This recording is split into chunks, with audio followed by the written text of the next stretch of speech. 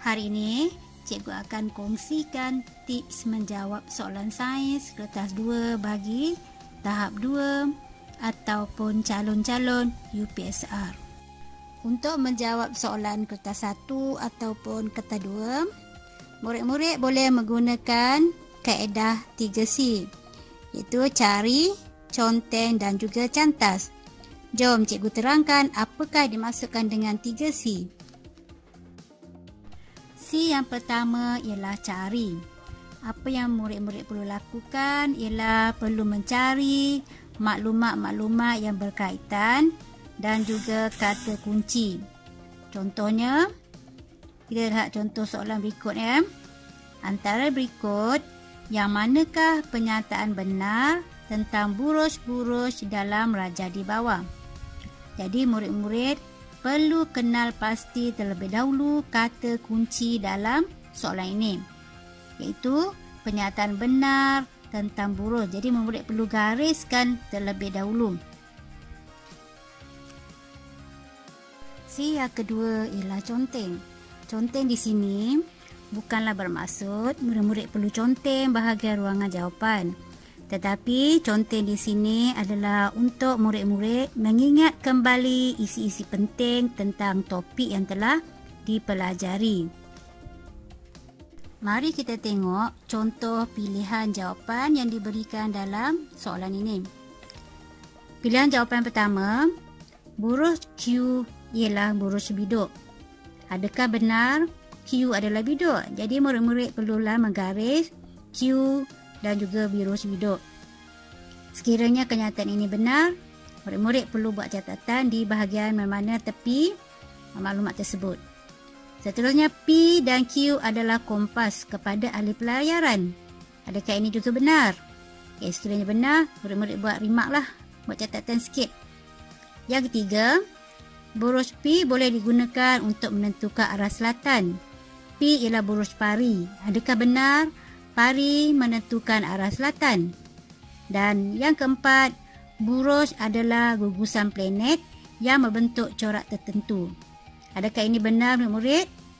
Okey, setelah murid-murid mendapat maklumat, mengenal pasti maklumat ini benar atau tidak berkaitan dengan buruj P dan Q, kita terus kepada langkah yang ketiga. C yang ketiga ialah cantas. Murid-murid perlu membuang ataupun mencantas maklumat yang tidak benar tentang soalan yang diberikan dan tinggalkan pilihan jawapan yang murid-murid rasa itu adalah jawapan yang betul. Baik, di sini cikgu berikan tips untuk mendapatkan markah. Baik, cuba adik perhatikan apakah arahan yang diberikan. Arahannya adalah minta murid-murid semua tanda tik pada jawapan yang betul.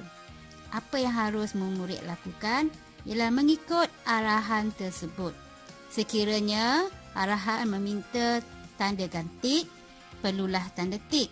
Jangan pula murid-murid pangkah atau colorkan petak-petak jawapan. Contohnya seperti ini.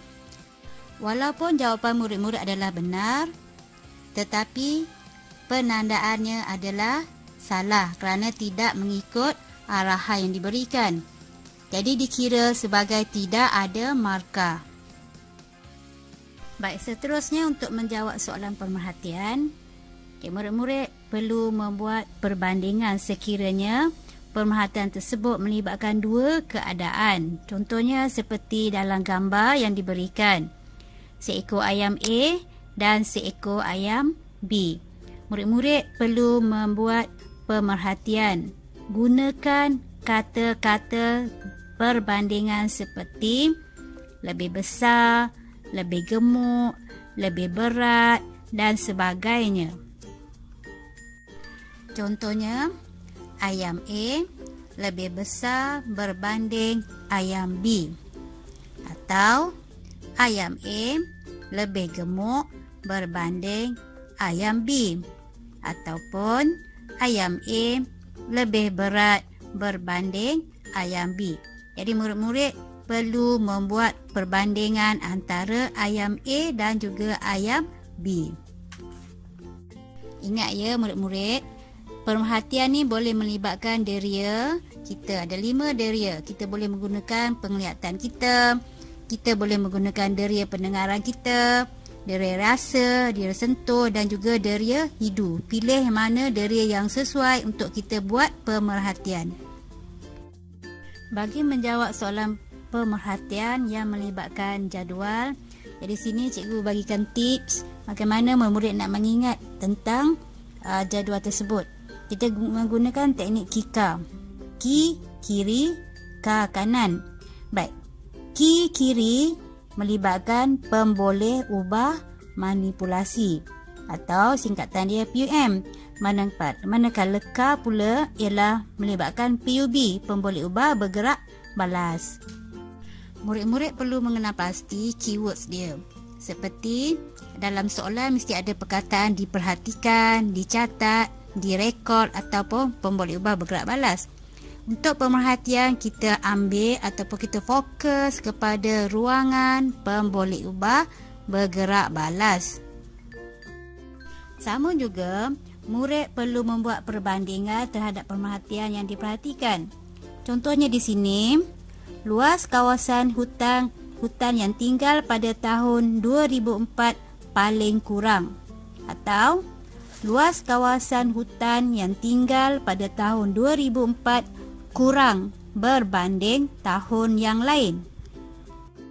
Baik, tipsnya di sini, murid-murid perlu menulis semua maklumat yang diberikan pada ruangan pemboleh ubah bergerak balas.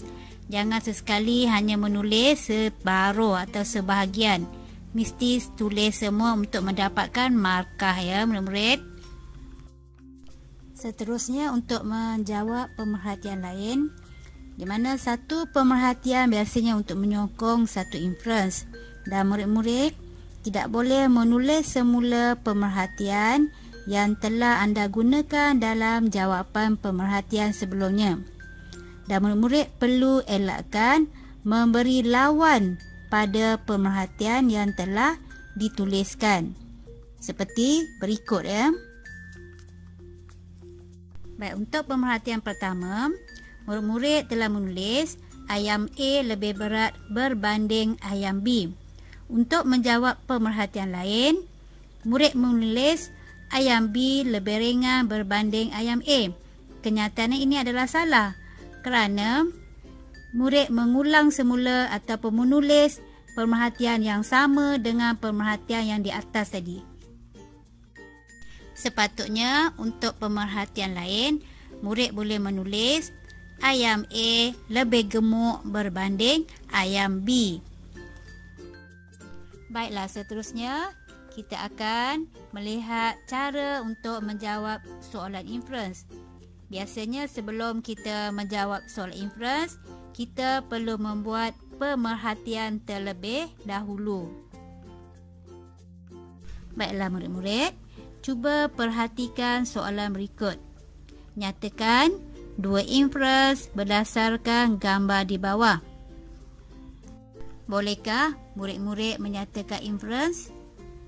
Sebelum ini kita telah pun membuat pemerhatian perbandingan terhadap haiwan ataupun ayam A dan juga ayam B, iaitu ayam A lebih gemuk atau lebih besar berbanding ayam B.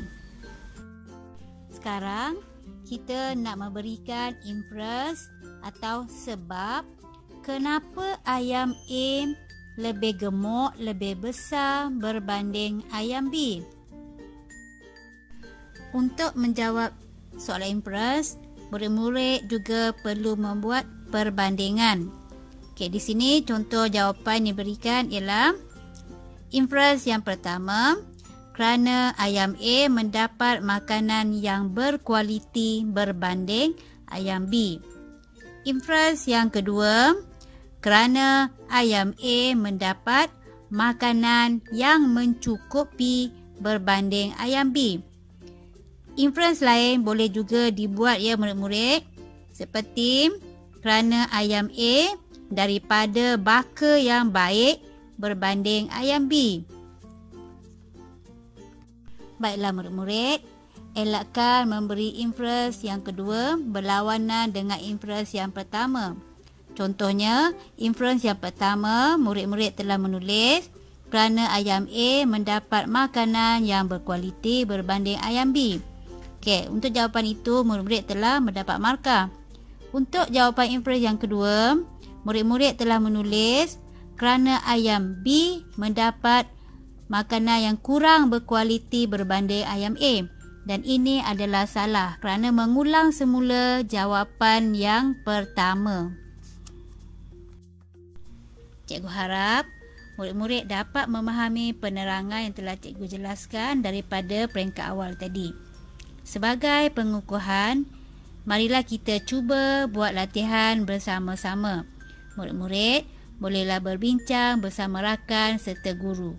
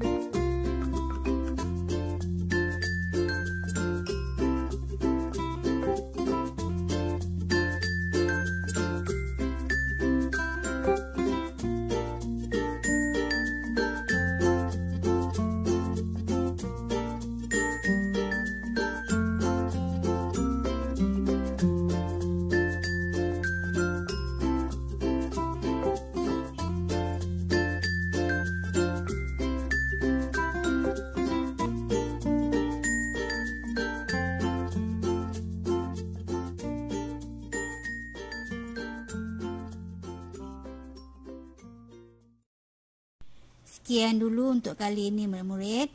Hingga kita bersua lagi dalam tips atau teknik menjawab sains kertas 2 dalam bahagian 2 di episod yang akan datang. Jangan lupa dengan menekan butang like dan subscribe.